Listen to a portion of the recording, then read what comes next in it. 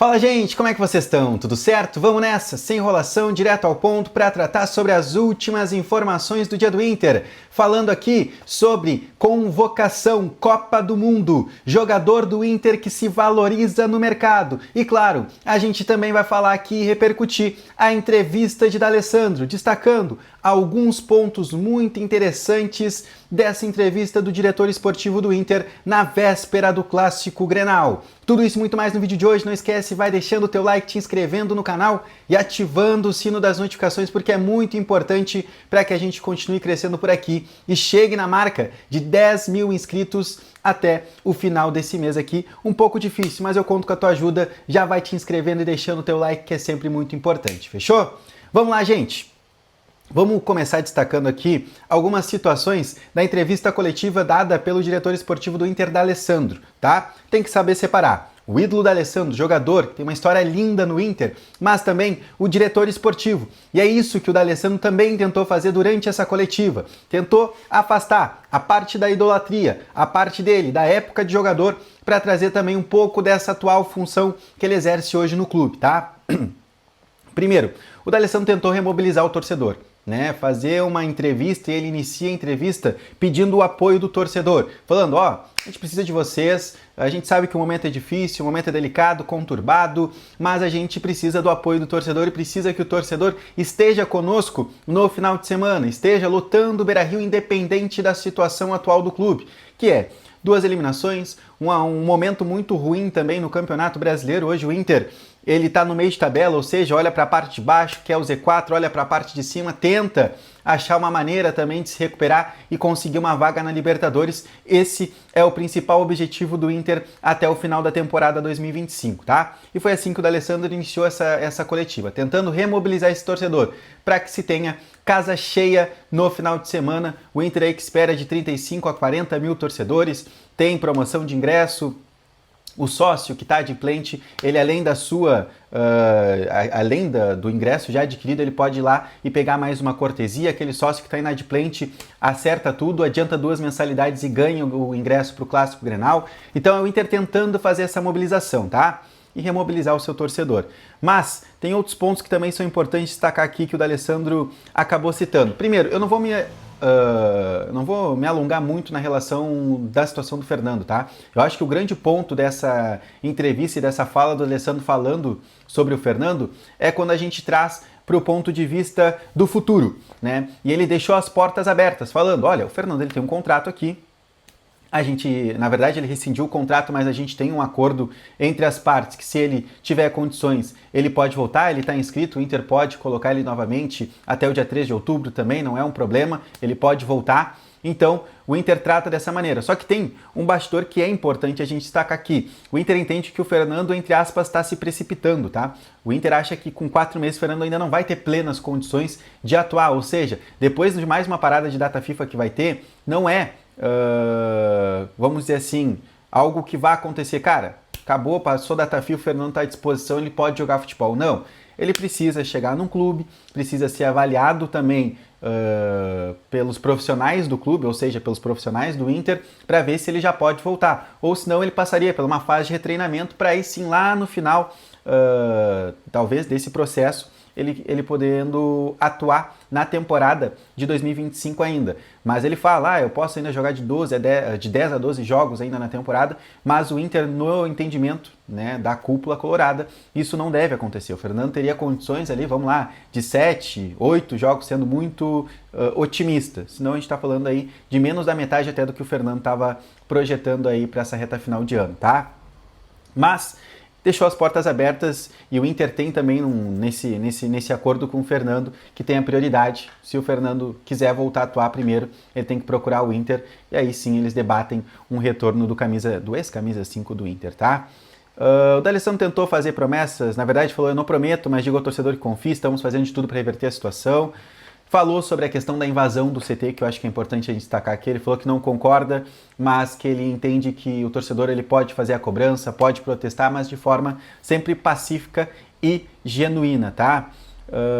Aí tem um grande ponto do D'Alessandro que eu quero destacar aqui, tá? que é sobre a forma do trabalho dele. O que o D'Alessandro faz hoje. E abre aspas para o D'Alessandro, tá? Fui cobrado que não aparecia, que estava escondido, sou parte de um departamento. Não falo quando eu quero, quando vocês querem, eu falo quando o departamento decidir. Ou seja, nessa fala do D'Alessandro ele deixa muito claro, olha, não sou eu que mando, né? Quando o presidente achar que é o momento de eu vir aqui e falar com vocês, eu vou vir e vou falar com vocês, né? Mas se não, tem outras pessoas que definem isso e não a gente, não eu e nem mesmo a imprensa define, né? A gente vem fazendo muitas cobranças de fato no D'Alessandro, que é o diretor esportivo, que a gente quer escutar mais do D'Alessandro, mas ele deixou muito claro que existe uma hierarquia, né? E vamos lá, é o presidente Barcelos, se não depois o vice de futebol José Olavo Bisol, até o André Mazuco falou antes do D'Alessandro, só que aí sim, né, cara, chega numa véspera de Grenal, um momento bélico, tá difícil, a situação tá complicada, colocaram o D'Alessandro para falar, para ele também se explicar e talvez fazer a famosa gestão de crise, né? Momento conturbado, momento difícil, coloca um cara que tem identificação. E sinceramente, tá, gente? Hoje ninguém queria escutar o José Olavo Bisol, vice de futebol do Inter. Ninguém gostaria de escutar, por exemplo, o André Mazuco falar. Ou era o presidente Alessandro Barcelos, ou era de fato o D'Alessandro, né, colocando a cara a tapa e falando com a imprensa. O Roger a gente já escuta em todas as coletivas. Mas mesmo também foi meio protocolar tudo aquilo que o D'Alessandro falou, mas esse ponto ele é importante destacar aqui para a gente ter um norte, né, da forma que o D'Alessandro lida e ele é muito sincero quanto a isso. Outro ponto, aí até para a gente encerrar essa fase da D'Alessandro da história, é referente à questão de salário e direito de imagem, porque existia uma situação importante que foi levantada, se não me engano, pelo Léo Oliveira lá de GZH, que o Inter teria salário ou direito de imagem atrasado, tá? O D'Alessandro foi perguntado pelo Rafael Di Vério, né, de GZH e GE e também Atlântida, enfim. E o Divério pergunta, olha, vou ser bem sincero, vou ser direto e reto, tem alguma coisa atrasada? E o Dali falou, também vou ser direto e reto. E o salário da carteira está em dia. O direito de imagem, ele está conforme combinado com os atletas, ou seja, dentro do prazo habitual do Inter, o Inter acabou fazendo um novo acordo com os jogadores para poder fazer esse pagamento. Ou seja, em algum momento o direito de imagem ele atrasou nesses últimos meses, mas o Inter repactou tudo, conversou com os jogadores, deu tudo certo, né? Deixou bem claro a situação também financeira do clube, mas teve um novo prazo para que fosse pago esse direito de imagem que de fato, em certo momento da temporada, atrasou. Depois tem um ponto aqui que o D'Alessandro falou, e aí sim, agora a gente encerra, tá? Que ele fala sobre a questão dos veículos identificados terem falado para o torcedor não ir para o estádio, né? Meio que fazer um boicote, cara, não vamos, o Inter está no momento ruim, o Inter está num momento difícil, não vai para o Beira-Rio, fica em casa. E aí o D'Alessandro falou, que acha inacreditável isso, que ele nunca tinha vivido isso e tal. E sinceramente, gente, acho que nenhum veículo identificado chegou a falar isso. A gente está falando, vamos lá, vamos dos principais, tá? O canal do Baldaço nunca se ouviu isso, né? Sempre que foi perguntado no chat, a gente repudiou isso. Voz do Gigante também nunca falou sobre essa questão de não ir para o estádio, né? Não é algo que foi colocado pelo pessoal do Vozes, nem na Rádio Inferno. Então, assim, não sei de onde é que o D'Alessandro ouviu, não sei qual recorte que o D'Alessandro daqui a pouco pegou sobre isso, não sei se não foi nem dos veículos identificados e sim de pessoas identificadas com o Inter, mas ele citou isso e eu acho que é importante, porque parece que ele tentou jogar para a torcida, mas dessa vez não funcionou muito bem, tá? Pra gente encerrar o vídeo aqui, deixa eu falar sobre Gustavo Prado, tá? Gustavo Prado, ele foi convocado para a Copa do Mundo, tá? Sub-20. O Gustavo Prado vem sendo recorrentemente convocado para a seleção, né, brasileira sub-20, e então ele está convocado para esse Mundial que vai acontecer no Chile.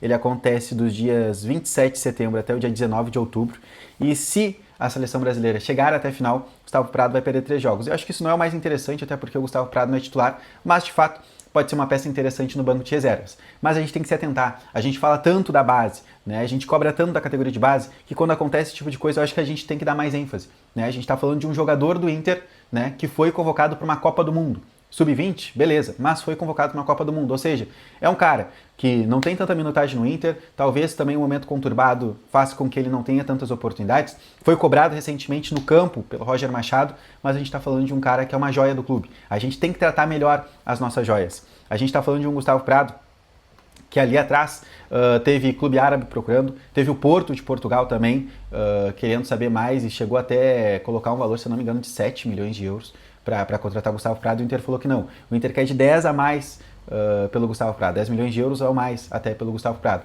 E essa convocação para a Copa do Mundo, gente, ela é muito importante também para a valorização do atleta. A gente está falando de um cara que, se eu não me engano, ele não é titular da seleção, da seleção brasileira, tá? Mas é um cara que entra muito nos jogos, tem bastante minutagem com o Ramon Menezes lá na seleção sub-20. Então, que faz um super mundial, tá? Porque a gente precisa de verba, a gente precisa de caixa, e se o Gustavo Prado fizer uma excelente Copa do Mundo Sub-20, a gente está falando de um cara que pode ser não vendido por 10 milhões de euros, a gente está falando de um cara que pode ser vendido por 15, 18 milhões, e vai ter muitos clubes do futebol europeu de olho nessa Copa do Mundo. Então, desculpa, vamos torcer pro Gustavo Prado, que ele faça um grande mundial e a gente valorize mais a nossa categoria de base, fechou? Deixa o like nesse vídeo, se inscreve no canal e comenta aí que depois eu vou estar respondendo todo mundo aqui nos comentários, fechou?